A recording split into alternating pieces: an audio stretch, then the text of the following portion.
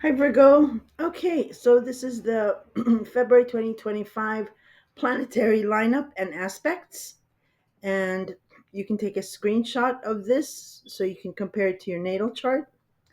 And I'll be only touching on the main major aspects because there's a theme to February, a main theme. So I will not be touching on everything. Maybe some things that are important and related, I will.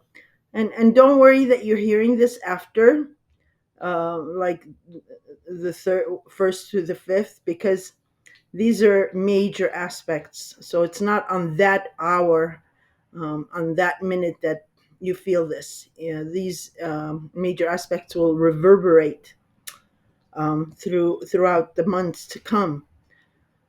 And also because I'm gonna do my complaining again is I do work full time, so and I'm going through my own huge changes. So just bear with me on this, okay? All right, so let me change the screen. Okay, Virgo. So the main theme of February is Pisces, Neptune and Saturn mostly. And yes, because February is dominated by Pisces weather.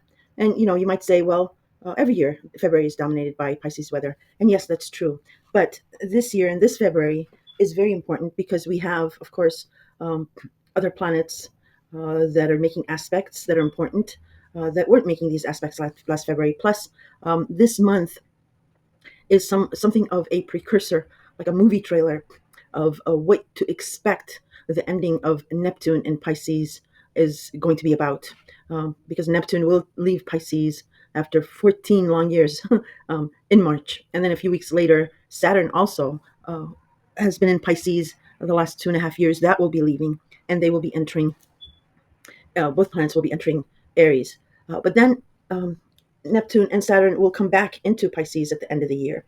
And other planets too will do retrogrades. So um, it actually like the entire year is almost dominated by Pisces. This ending that Neptune will have, and it's pretty major. It's pretty big stuff. I mean, I between April, May, and August. Yes, we'll be making be having new things going on because all these planets are going into new signs, besides Aquarius, which well, besides Pluto, which has already changed signs in November. But that's a small area, small window of what 2026 will be about. But yeah, February is really important because it is the ending. It is giving us like a clue of how Neptune will end his journey. So for you, Virgo, Pisces is your seventh house of personal relationships, partnerships, business partnerships, and platonic partnerships. And anybody really who knows you very, very well can be a partner. Your brother can be a partner. Your son can be a partner. Your neighbor who knows you really, anyone who can hold up a mirror to you can be considered a partner. The seventh house also does have open enemies. Anyone who's against you and you and everybody else can see is in the seventh house. And so yeah, you've been having, if you've heard my previous videos, you know that with you, it's been uh, flip floppers as partners. You keep getting these flip floppers. I'm not talking about the partnered Pisces. I'm talking about the single Pisces. Many Pisces, I'm sorry, Virgos, Virgos, um, and even the partnered Virgos have gone through separation and divorce during this transit. But the ones who are partnered and they're solid as a rock, this really doesn't refer that much to you. You if you're solid as a rock, you'll be fine. But you'll maybe even renew your vows here. Now, many Virgos are going to um, have not only one but multiple partners come into your life from all latitudes. Like I said, personal, business, platonic. But personal, like marriage material, you are definitely going to have either an engagement this year, a marriage, or definitely a serious contender. Okay, so if you've heard my other videos, I always say, hang on, Virgo, hang on. And this closer we get to what's going on, I'm able to see what can be lined up. Okay, so like I mentioned, I'm going to be going through these major aspects only, and even even if it's already happened, or if you're listening to this next month. These aspects are huge, so they'll be reverberating throughout the year. So on the first, we had Venus conjunct Neptune and the North Node in Pisces. Venus conjunct Neptune alone is a very, very lovely aspect. It's very romantic, it's very dreamy. Um, and again, this may not only be a personal relationship. You can, if you've been having problems with, let's say, your brother or maybe your adult son, those are considered partners. Well, here you do get this lovely aspect with these people. But yes, it can be a personal partnership. And that alone is nice. Okay, so Venus conjunct Neptune, nice.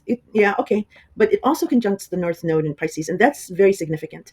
Um, the nodes, there's a North Node and a South Node, and the North Node is what we are supposed to go towards, to put our efforts in, and the South Node is really what we're comfortable in, and we already pretty much know everything there is to know about that, and we're supposed to release it. So there is this tug of war because they'll be opposite each other, and you'll tend to shy away from the North Node, and stick to the South Node, because you're more comfortable, and that's going to be the challenge. Okay, you're supposed to release the South Node. So the nodes are karmic in nature from about 18 to 19 years ago. Um, and the North Node, like I mentioned, is in Pisces. The South Node is in your sign, Virgo. So you rule the sixth house of health, habits, routines, scheduling, taking care of someone, small pets. Um, it is the house of chaos and gossip as well. But this is your mantra. This is your niche. You absolutely are very organized. Even if you're unorganized, but you're like the mad scientist. You know where everything is. And health, definitely. All Virgos, even if you're out of shape, you know how to take care of your body and your mind, because it's not only the body, it's the mind. So yeah, you're an expert here. And the North Node, Pisces, also, I want to mention, not only is your seventh house of partnerships, but natally, Pisces rules the 12th house of secrets, behind the scenes, of spirituality and faith, and definitely creativity, as well as, oddly enough, money. Pisces is about money. And but Pisces is the sign of the two fish. One goes one way, excuse me, and the other one goes the other way. So it's very nuanced, but it's very, very compassionate, and it's a beautiful sign. Neptune has been blurring the lines here, for the past 12 years, uh, mainly because you are very analytical, Virgo, and pragmatic. You're ruled by Mercury, so you have a sharp, sharp mind, and your words, you're ruled by the higher octave of Mercury, so you master any language, and your words can cut. Actually, Virgos rule surgical instruments, sharp objects. um, so your purpose is to, you come in, and if there's a problem, you hone in on the problem, and you analyze it, dissect it, and you fix it. That's why you were the favorite of the gods. Now in partnerships, uh, you tend also to do that, and that can, stifle a partnership. So in any case, what Neptune was trying to teach you was to, not look at the faults so much, not try to fix things as much.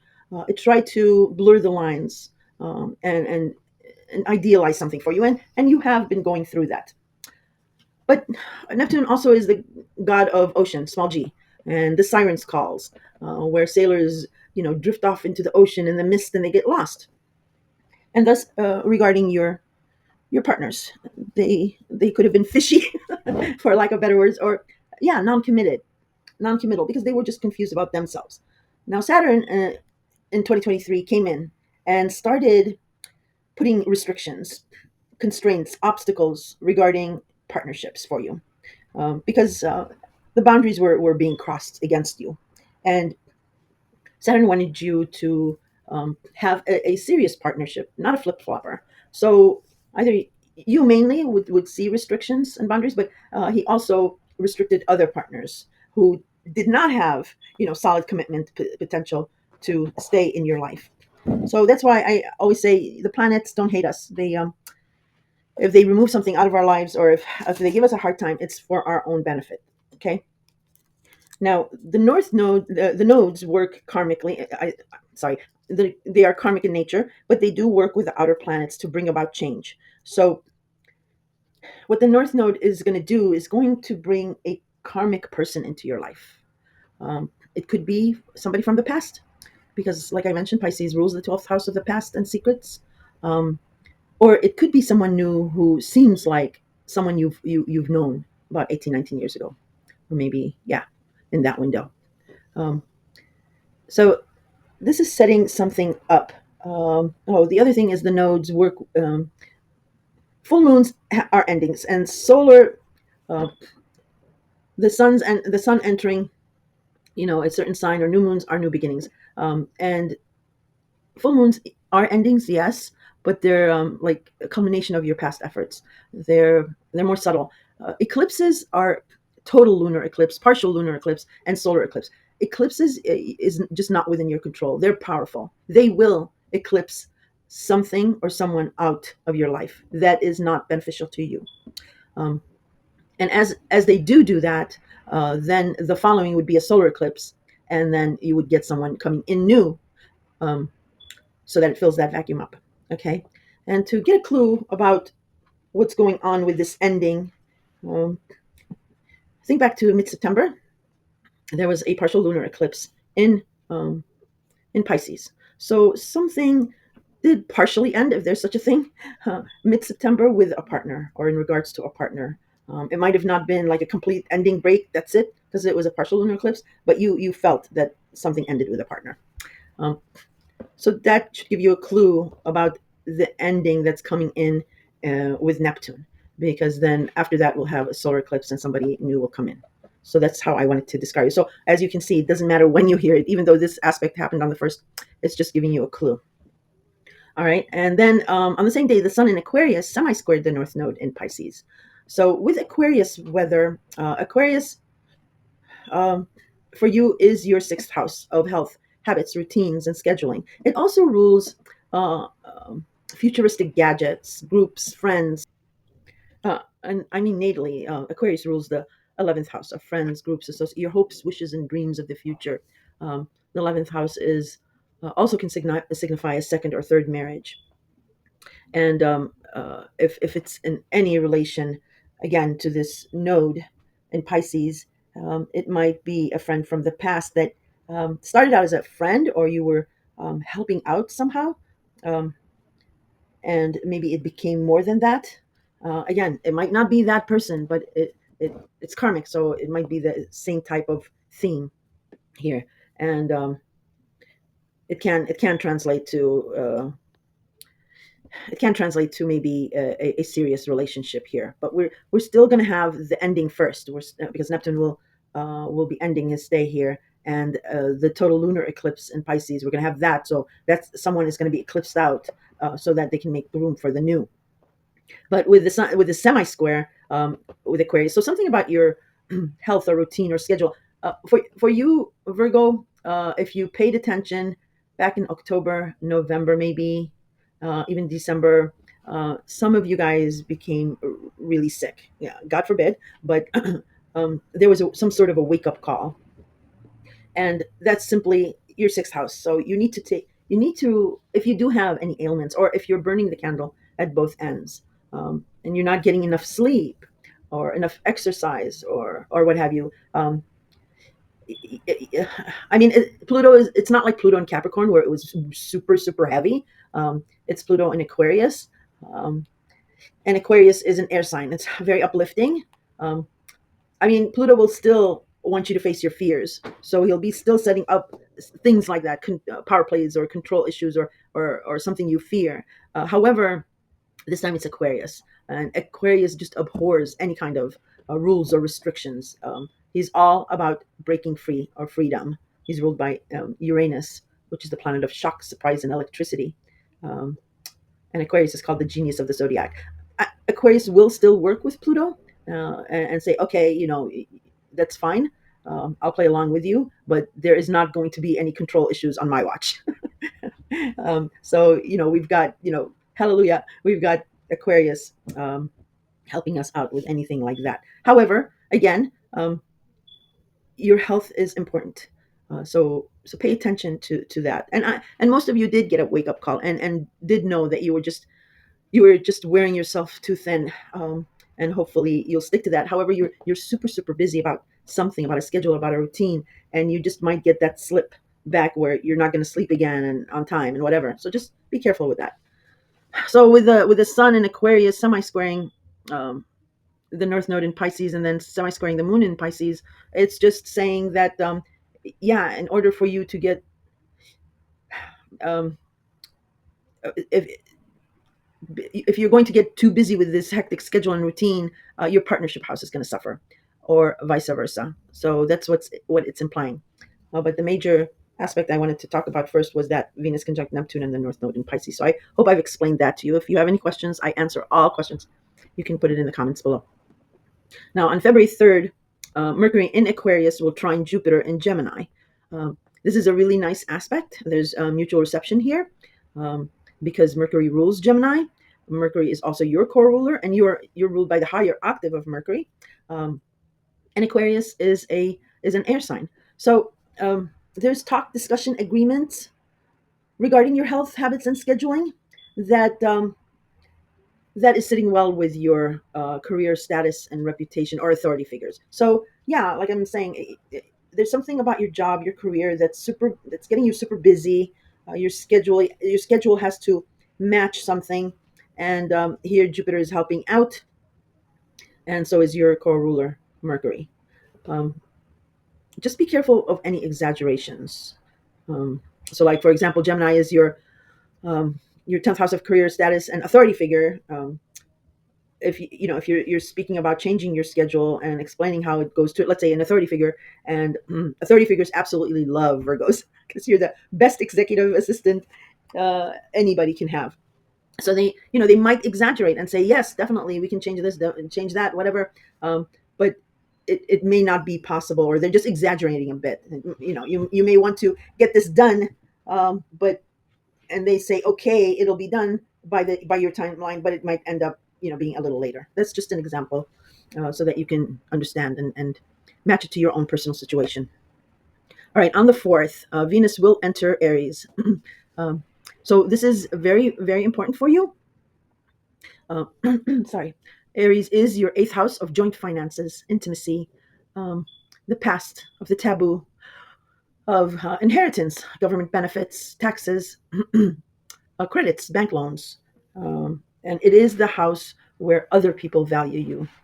And you gain in this house from others, usually through money in lump sums. Okay. Um, and that's your 8th house. So what Venus does is it brings love, money, fortune, fame.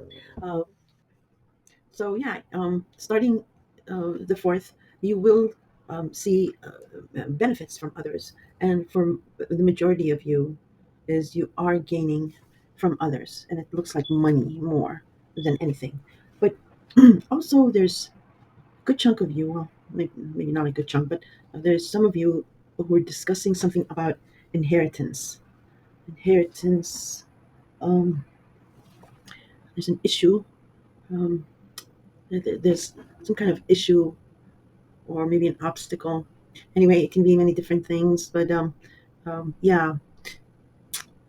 The other thing, it could be, well, it can also be, yeah, for you single Virgos, you could meet someone really intense, like a firebrand kind of a person. Um, it just, well, yeah, just be careful, because this is something, it's not like Venus and Neptune. It's not like romantic. This is Aries. So it starts with a bang. It's like passion and intensity, fiery passion. And because Venus will be doing a retrograde this year, um, when it starts a reversing direction, that fire might fizzle out and die. Mm. Um, the other thing is Venus is already in shadow retrograde, and you might say, well, it just entered Aries. How can it be in shadow retrograde? Because it will move through Aries and then stop, and it will come reverse through those degrees of Aries, but it will not stop. It'll go back all the way into Pisces. So we're already at shadow retrograde here, and even the last few degrees of Aries, of Pisces rather. Now, uh, this is what I wanted to talk to you guys about for the theme regarding February. This is the other thing that you need to pay attention to. So pay attention to this Venus transit of Aries. I'm so sorry about that. Because when, sorry, just yawned like out of nowhere. Well, yeah, it's because I don't get enough sleep. Okay, so um, when Neptune and Saturn leave Pisces, they will be entering Aries. Um, and so this is actually, this Venus transit of Aries will give you a snippet of what this transit, this next 12-year journey of Neptune will be. He's going to, again, it's Neptune, so there's going to be blurring of the boundaries, blurring of the lines. Um, he's going to romanticize this, um, but of course, it's going to be also very compassionate, very um, idealistic. There'll be something here you'll yearn for, and but so you already know the rules of Neptune, and this eighth house is, just be careful about like taboos and secrets and things like that, because Aries, like I said, also rules the first house of image. So yeah, you want to keep yourself above reproach with anything taboo or secret, because well, Saturn will also be entering Aries. It will not be like the last 14 years where Saturn was alone in your partnership house for 12 years before Saturn came into the rescue. Even though you guys probably hate Saturn, but he's really misunderstood. So yeah, Neptune will enter Aries, and um, a few weeks later, Saturn will enter Aries. So there will be, you will be gaining something from others. It looks like money, but there's something of an inheritance coming up for a lot of you. Um, and but Saturn is here, and he's going to have restrictions and rules and boundaries. So if you go with the rules, um, you will be able to manifest what it is, whatever it is you want here.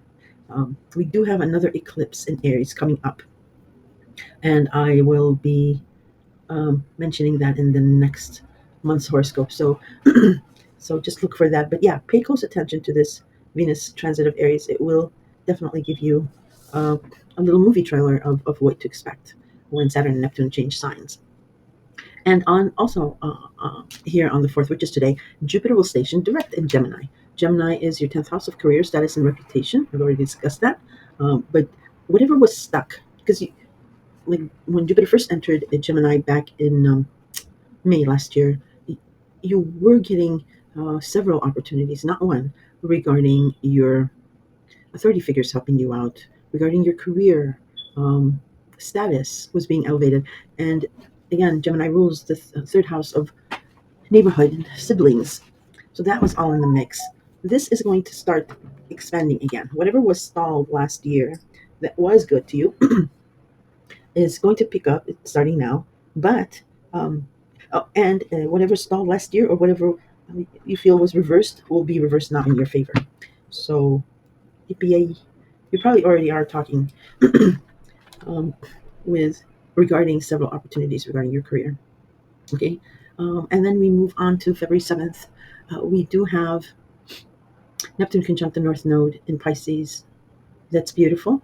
That's a nice aspect.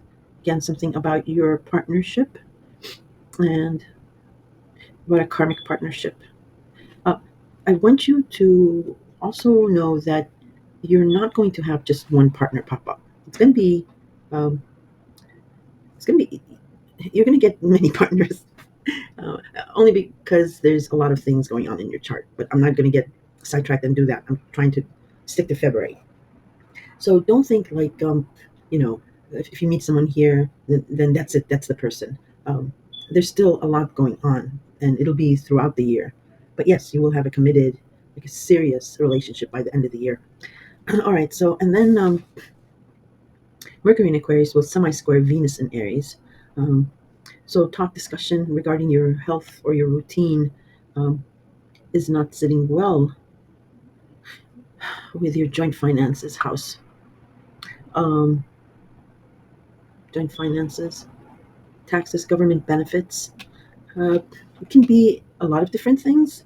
Um, for example, you could be taking care maybe of an elderly parent, so your schedule might be hectic that way, and you have your own thing you're doing, and this semi-square to Venus and Aries might be maybe government benefits that you probably can apply for, or you have, or you're waiting on it, or something like that. I mean, that's just one example out of hundreds. Um, so there can be a lot of things because there's like a million Virgos, thousands of different scenarios. But I try to give an example so that maybe it'll help trigger something with you that you'll say, "Oh, okay, that's what she means." Um, Also on this day, and this is the most important that I want to concentrate on, is Venus in Aries will sextile Pluto in Aquarius. Yes, Venus is a very serious planet. Pluto is a very powerful planet. Um, Pluto is very intense, and Venus can be very intense. So, again, it's regarding your joint finances and your schedule and your routine, inheritance, maybe. So, there is discussion about love and security. Okay, but this is like serious discussion. Um, if you have had any problems with communication between these two houses, your schedule and your routine, and then your joint finances and inheritance or government benefits, bank loans, credits, this starts smoothing out. Um, and if it's romance, it could be very fiery and very scary. Virgo, Pluto, and Uranus scare the bejesus out of me. All right, let me just look at my notes a bit. Okay, getting back to fiery and scary. um, but no, seriously, if you did want to pursue this, and again, it doesn't necessarily have to be only in regards to romance. It could be a platonic relationship or a business, professional relationship, partnership. It's just something about love, creativity, and security. But yeah, if you wanted to pursue this, this could be very serious. Could end up being very serious. Um, it could be a partner is somewhat of a maybe firebrand personality, and you'll recognize that passion, you or he or she will recognize that passion um, can be put to good use in a creative project, maybe a group project, and you are, excuse me, really busy learning something. Um, Maybe somebody, yeah, it could be somebody buying you like an electronic equipment that makes your job easier. So maybe a communication device or a laptop or anything in that category. I mean, that's just one example, uh, but it could be that. Um, this partner, whoever it is, if he's not or she's not a firebrand personality, they could be quirky, like a genius, or it could be you that's like um, that's been is seen like a genius, and you actually are. You are, no, seriously, because only a Virgo can have the most chaotic desk and papers everywhere, and you can ask about a certain piece of paper and a certain line in the paper, and she'll give you, or he'll give you, he or she will give you exact directions. Like they'll be like, oh, it's next to the TV on the smaller cabinet, but it's on the right, um, in between such and such, and it's the third page. They're just, yeah, they're just geniuses like that. Very very organized, even if it's a complete mess. Um, and then otherwise, it could be maybe communication with a sibling or cousin.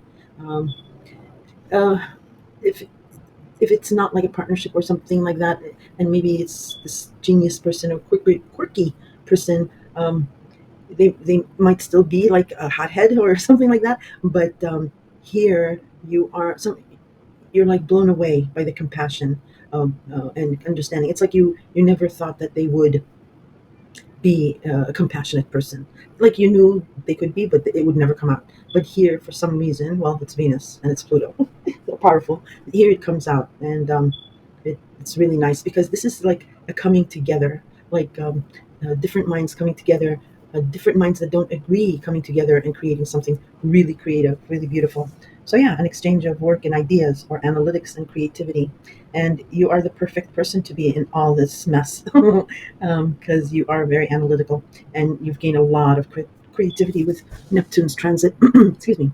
So on the 9th, Mercury does catch up with the Sun in Aquarius, and we call it Mercury Kazimi.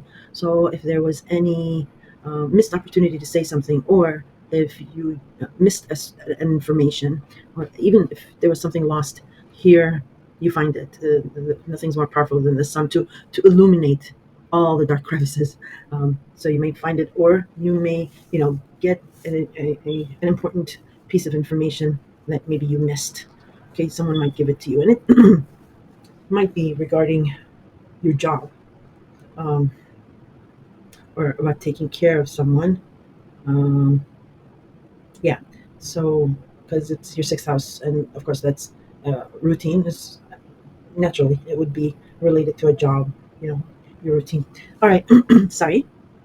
So Mars in Cancer will trine Saturn in Pisces. So this is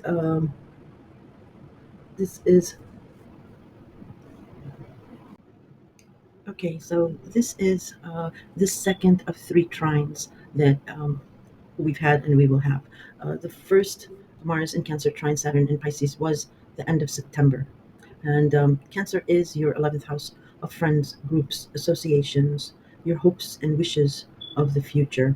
Um, the 11th house can also have something to do with a second or third marriage. Um, and Cancer natally rules the home and family, and especially a matriarchal figure. Okay, so that's in the mix somehow. And Pisces, again, is your partnership house, and Pisces natally rules the past or behind the scenes and taking care of someone, so that's also in the mix. Um, so the first time around, and this is a trine, so it's a nice aspect, but with Mars in Cancer, there was something that you wanted to do or wanted to voice something, but you were scared or hesitated, even though Saturn was giving you the okay, like it's okay to do what you want, or to um, go ahead with something regarding a group or friends or a home or family or a mother figure. Um, but you hesitated. Now here on the 9th, you're gaining confidence, and again here Saturn is giving you the okay to go forward, but you're still hesitant. You have like half of your courage, because this is half of the the trine. It's the second trine. Uh, and because you're still hesitating is because Mars is still retrograde. So there's still something that you need to, clamp down on before you can apply the heat and movement here. So on April 4th, when the final third trine between Mars and Saturn, you will have the confidence, and Mars will be going direct. So there's nothing stopping you there as well. Saturn is giving you the okay with this. So you will go for, you know, you'll be like, yeah, I'm not scared. There's no fear. I have the confidence. Um, and you'll have some urgency because it's Mars. So that's on the 9th. The next day, Mercury in Aquarius will square Uranus in Taurus. So again, discussions, debates. Um, it can be heated arguments, um, either within yourself or with somebody else, um, about a schedule, a routine, um, and it's squaring. This is a hard aspect. Um, the planet of shock, surprise, Uranus in Taurus. Now, Taurus is your ninth house of foreigners, long distance travel, higher education, and publishing, and the World Wide Web. So, I mean, it can be many things. Taurus also rules natally the second house of job, income, and a value system. Okay. And Aquarius natally rules 11th house of friends. So, something about your schedule. Um, you're like I said, you're very, very busy with not just one schedule routine. You have several things going on, and there is, for most of you or half of you, you are taking care of someone. I mean, it can be a child or an elderly parent or even an adult child. um, but with the square here, you're not able to pursue this higher education, maybe, or maybe your adult child and you are having an argument about higher education, or maybe you want to travel, um, and see people at a distance, but your schedule and your routine is just so compacted that you're not finding the time to do that. Like you have obligations. Um, the other scenario, it could be maybe you're wanting to be free of taking care of someone or something because you want to pursue a certain career or job, and it might require you to travel, um, or there's a foreigner involved, and there's something about value system. It can be many things, but it is a hard aspect. Um, and your schedule, and Virgo, you need to get your schedule and your routine uh, down to a science, and you can do that. You rule that house, and it's Aquarius. You have a group that you can delegate things to. You have to let go of doing everything yourself because it's holding you back from a lot of things: partnerships, intimacy, higher education, travel, many things. And in your health, you have to really concentrate on your health. I mean, if you're physically well, that's fantastic. And usually Virgos are, because they know a lot about nutrition. But you might have let yourself go because of all the craziness that we've been going through with all these changes. Um, but maybe that's the issue, or your mental health, because both have to be in working order for you to be complete. So yeah, these discussions will be tense, and your ninth house of foreigners and long distance travel, higher education has been a roller coaster ride since 2018. It's been up and down because it's Uranus, the planet of shock and surprise. So um, you've been having abrupt shifts where you thought you were going, um, then is absolutely so far further away than what you thought you would have been doing regarding a foreigner.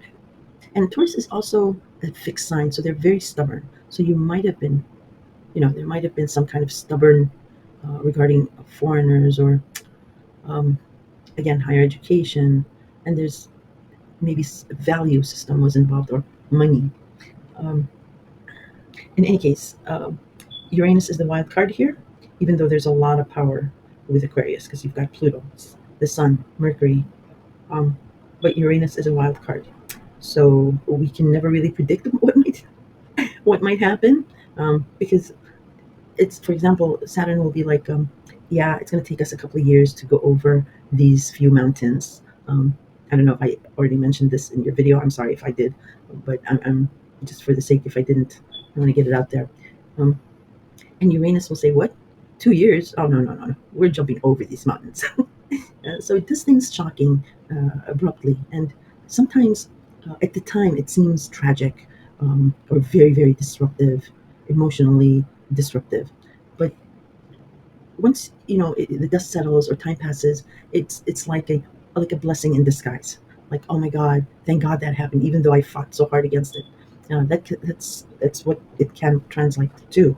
But yeah, there'll be some very tense discussions, outbursts, and it's between your sixth house and your ninth house. All right. Um, okay.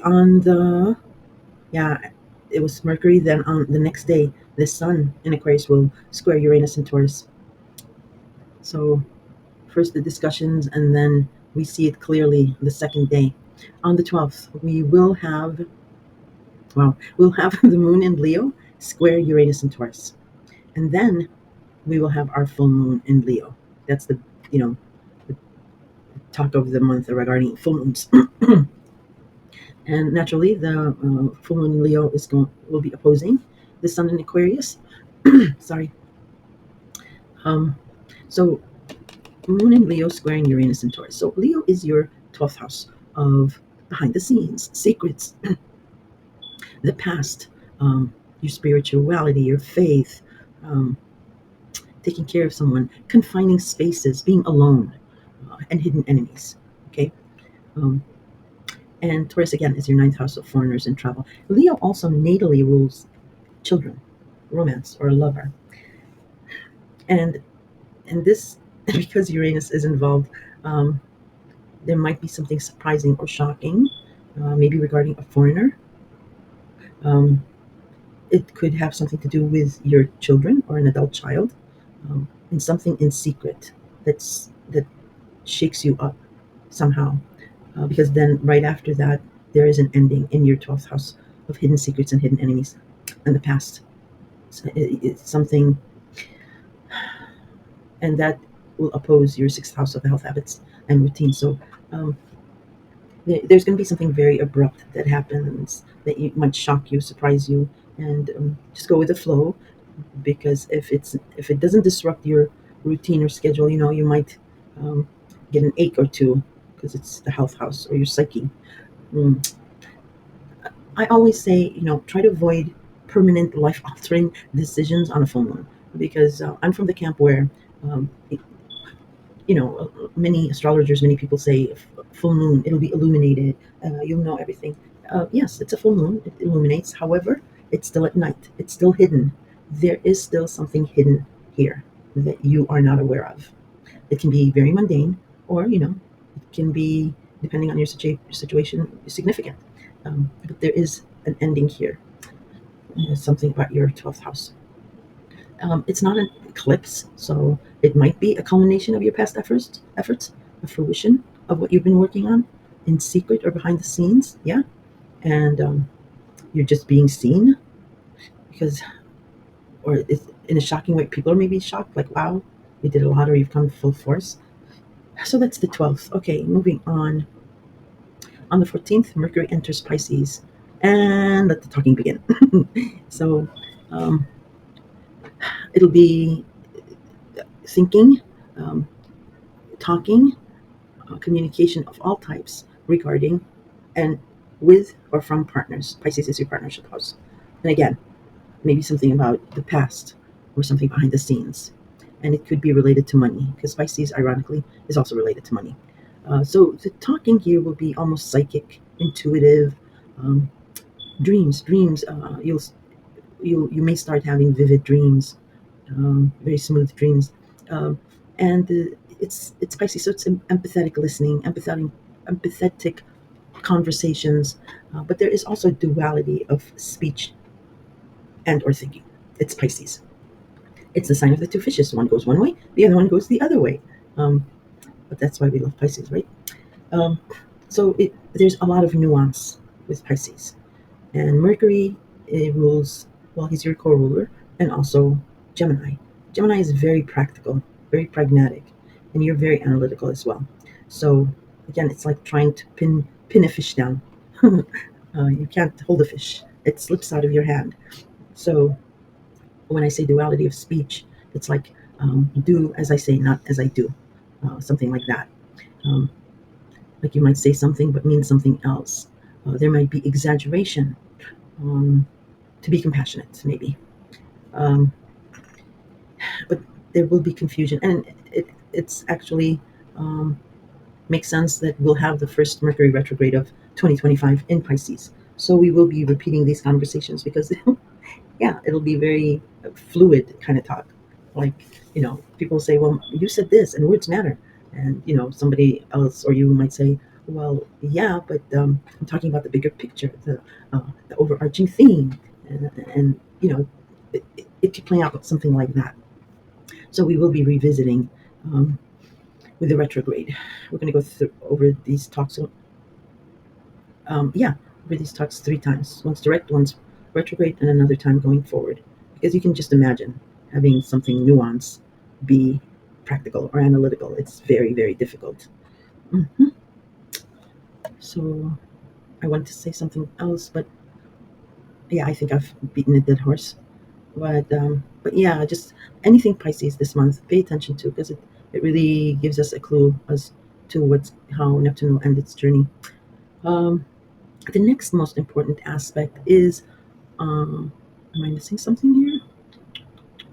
No, I am fine. I'm just making sure I forgot. Sorry. Yeah, no, I'm fine. Okay, February 18th. So the conversation starts, and then the sun enters Pisces. Again, the sun enters Pisces every time this year, but this is significant. So the sun is going to illuminate and detoxify any anything regarding partnerships for you to see and for others to also see. And it's the sun. Nothing can hide from the sun, as in when Ceres, Pluto's mother-in-law, couldn't find her daughter that Pluto um, abducted, and she asked everyone and everything. Nobody could tell. She went to the god of the sun, Helios, and he told her exactly where she was. He illuminates everything.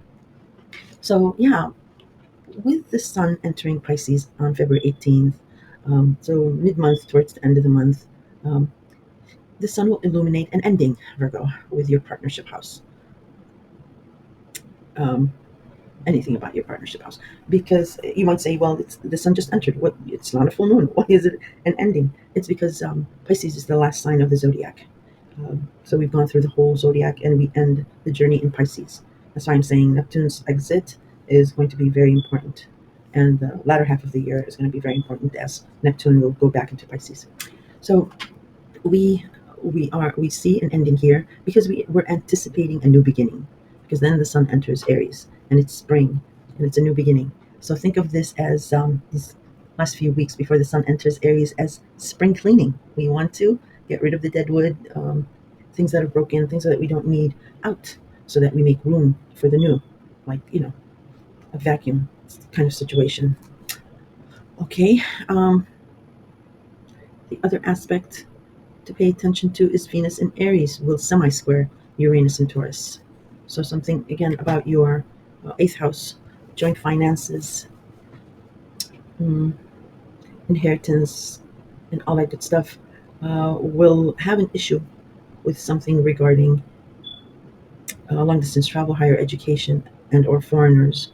Um, and again, it's Uranus, the planet of shock and surprise. So we don't know how Uranus will take this, as well as it could be about values or a job. Taurus is the sign of work. They're very, they put their shoulder into it, and they're persistent. They're very persistent. They're stubborn, um, and very persistent.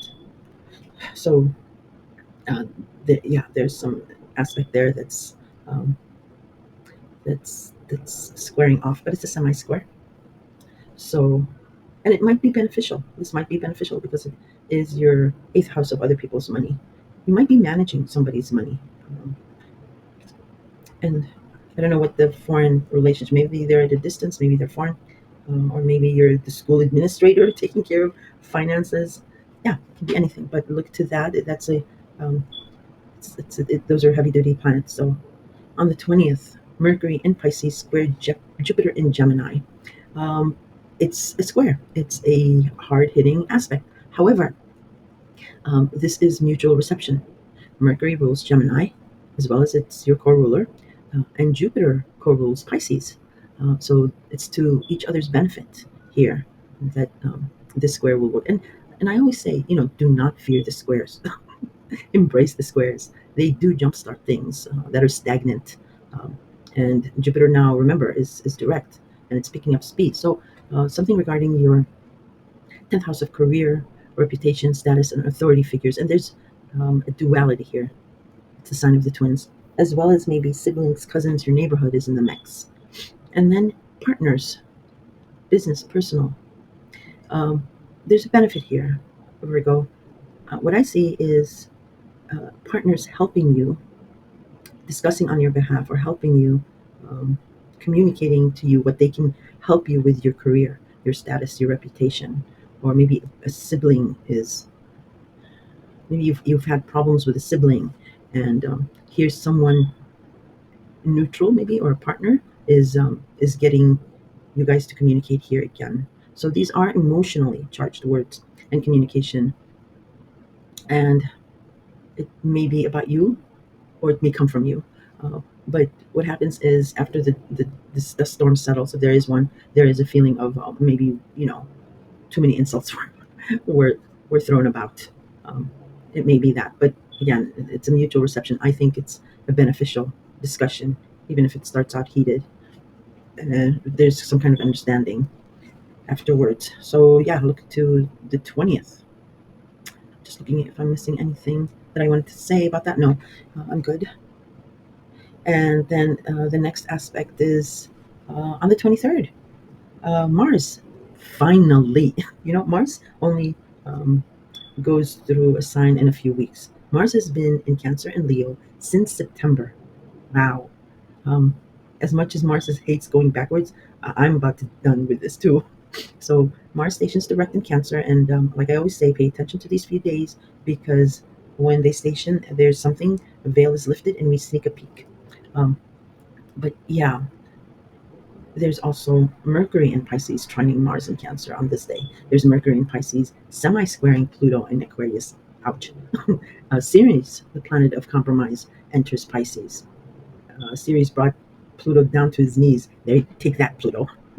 And then Mars stations direct. A lot is happening here. So this translates in some serious discussions because Mercury's all involved in series with compromising. And again, it may start out tense and sensitive, or it may have to do with the day before's discussions. Was it the day before or on the 20th when I said with the square with Jupiter? So maybe you're like, I wanted to say this too, and I didn't get to say it. So you say it here. Um, and So this then leads to Mars stationing direct, and Mars is waking up. Mars is the god of war, and he rules hothead Aries, um, all about image. So yeah, um, if you hear the snoring, it's my pug. I'm sorry. So yeah, what Mars um, is doing here, and I'm doing this for all the signs. He's like, all right, enough of this talking, enough of this feeling, all this mushiness. I got it. I have the full story. I got it. Now it's time for war. Um, no, but seriously, he will be. Because Mars only knows direct. You know, like I think I mentioned it. Like, what do you want? I want that. Okay, let's go. Let's go get it. He's fearless. He doesn't care if who's in front of him. He just knows forward action and to get what you want. That's all he knows. Um, just remember, fearless. That should tell you a lot. No, but so now you have the full story and you have all the confidence, and we will be putting the pedal to the metal. And Cancer is your 11th house of friends, groups, and associations, and maybe something in regards to your family or a mother. Um, so, yeah, we're going to be, and anything that was jumbled or reversed regarding here, it will get reversed again, but to your advantage. Okay.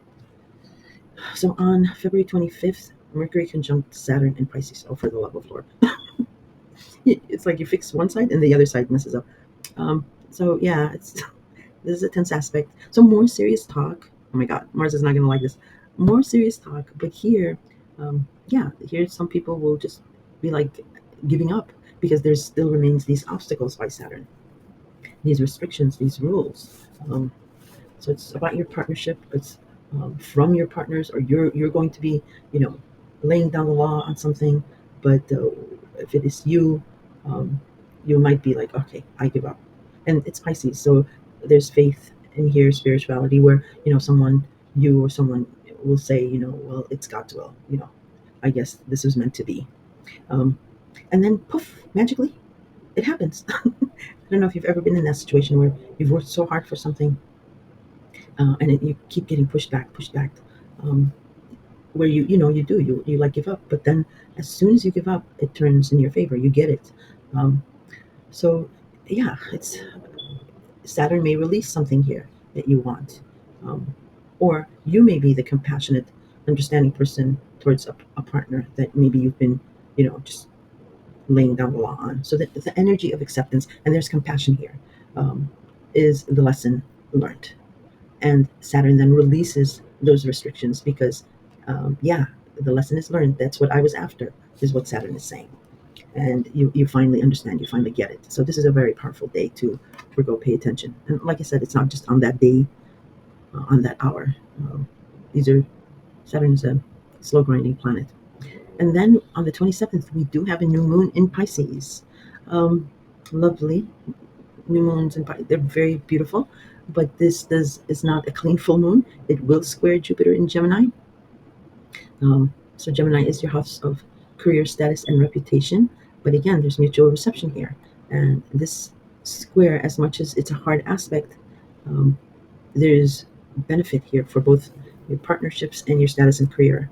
A partner may be elevating your status, your reputation, or your career, or maybe helping with you for your career, something with your career.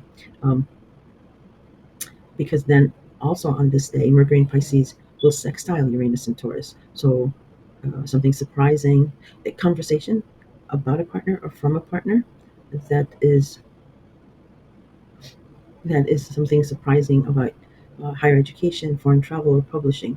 Again, maybe a partner is helping you achieve what you want in your ninth house of travel, or um, it's not an ending because I was thinking maybe it's Uranus. You know how you just whatever. Uranus scares me, but this is a sextile, so it's actually benefiting. Yeah, a partner is helping you regarding something about the ninth house, and this new moon is dreamy and emotional. Um, Very nice. But this new moon will be the eclipse that I talked about early in the very beginning with the node. So this is the beginning of the end, Virgo. Um, um, just like last year, we had that new moon in Aries. I think it was April or something like that. And then I did mention that 6 months down the line there is a finale. It was the beginning of the end, and that happened with the full moon eclipse in Aries, lunar eclipse in Aries in October, which was a very volatile ending of something. But this is not volatile. This is, again, it's Pisces, it's faith, it's healing, it's cathartic. But pay attention to this new moon.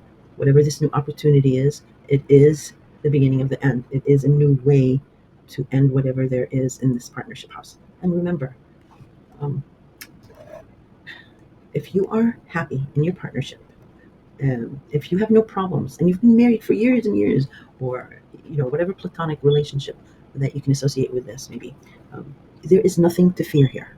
It's only if those Virgos that have had problems, and think back to mid-September, um, there was a partial lunar eclipse then. Um, if you are having problems, the universe is trying to bring something in that's new, that's better, that's more supportive, that's more spiritual, more compassionate. Okay, it's trying to rid your partnership house of any toxicity. Okay, so, but my main point is for people who are solid as a rock. Please don't worry. This is not that. It might be um, a component, a bad component of a partnership ends in 6 months down the line, and you already know what it probably is. Um, and again, it's the sign of the fishes, two fishes. So there is something that's an alternative. There's two choices in the mix. Okay, but this also is a precursor to what I said regarding Neptune leaving, and whatever it doesn't serve you, Saturn will shave off. Who's working with the nodes and the eclipses? Okay, uh, and I discussed that. Oh, Mercury in Pisces sextiles Uranus and Taurus. See, it's a very lovely aspect. I think I already mentioned this. Yeah, I did. But there's something genius in here, like a genius resolution.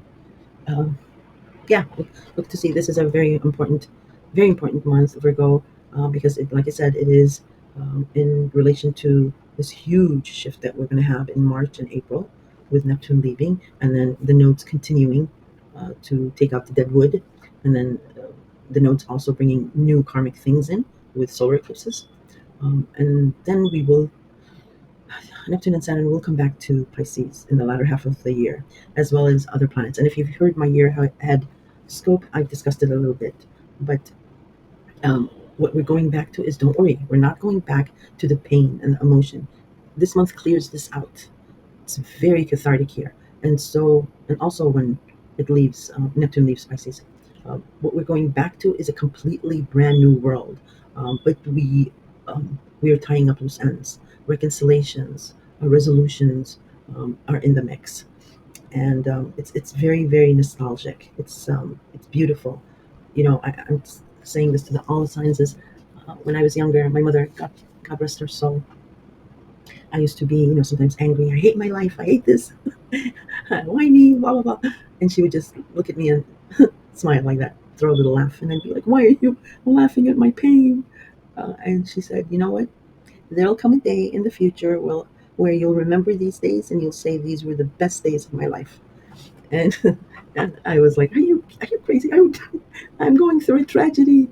And yeah, sure enough, I wish I was back to those. old melancholy. It's very melancholy. How the year ends is very healing, very cathartic. It's very melancholy, but it's beautiful. It just washes us. We forgive, and we forgive ourselves, and we forgive others. Because if we don't go through that, Virgo, uh, the cycle is never broken. The cycle of pain. A little known fact about Pisces is Pisces are famous for fearing pain. They do. You never like to feel pain.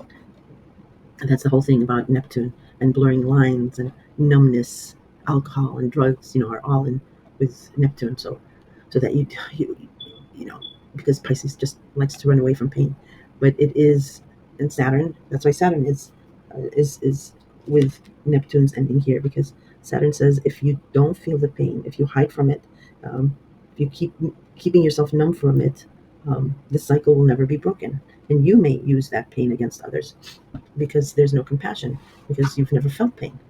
So something like that. I know I'm being very hallmarkish, very philosophical, and I hate those astrologers who are like really philosophical. It's like, lady, give me the information and let me figure this out. So I'll let you figure it out, Virgo. Yeah, it's beautiful. Many of you are going to be, especially the single Virgos. That's one thing I forgot to mention is especially the single Virgos. That's it. You're good because you're going to have a lot of people coming in your life, and they're going to be serious. I promise. Um, just the Virgos, but just be careful with, because you're going to be very, how can I say this? Very sexy, very um, what's that word? Mesmerizing, but in an like a I can't explain it. It's like alluring. Yeah, something that's like watery, that's like smooth, like you just want to touch it. So people are going to be attracted to that. And Virgos, um, by nature, are really beautiful. They're very demure. I mean, they're wit, amazing witty humor. Um, but yeah, there's going to be, you guys are going to be very dreamy and things like that. And just be careful of any triangle situations, Virgo, because Neptune's still there, but Saturn is there too. And Saturn is saying, fine, if you still want to get involved like that, there's consequences to pay. And as long as you're aware of consequences, because I can't just tell you, no, don't have an affair, or don't, break up a happy home. um, because I recognize that there is some really serious um, relationships out there, and they're complicated. Yes, I'm an adult. I'm not a child. I understand that, but it's you that I don't want for you to go through the pain. Well, I just said we should go through the pain.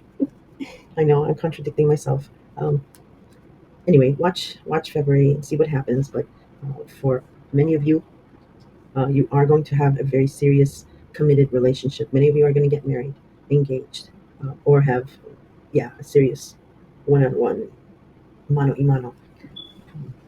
Just don't break up any happy homes. I'm joking. Okay, I'll stop. I'll talk to you soon.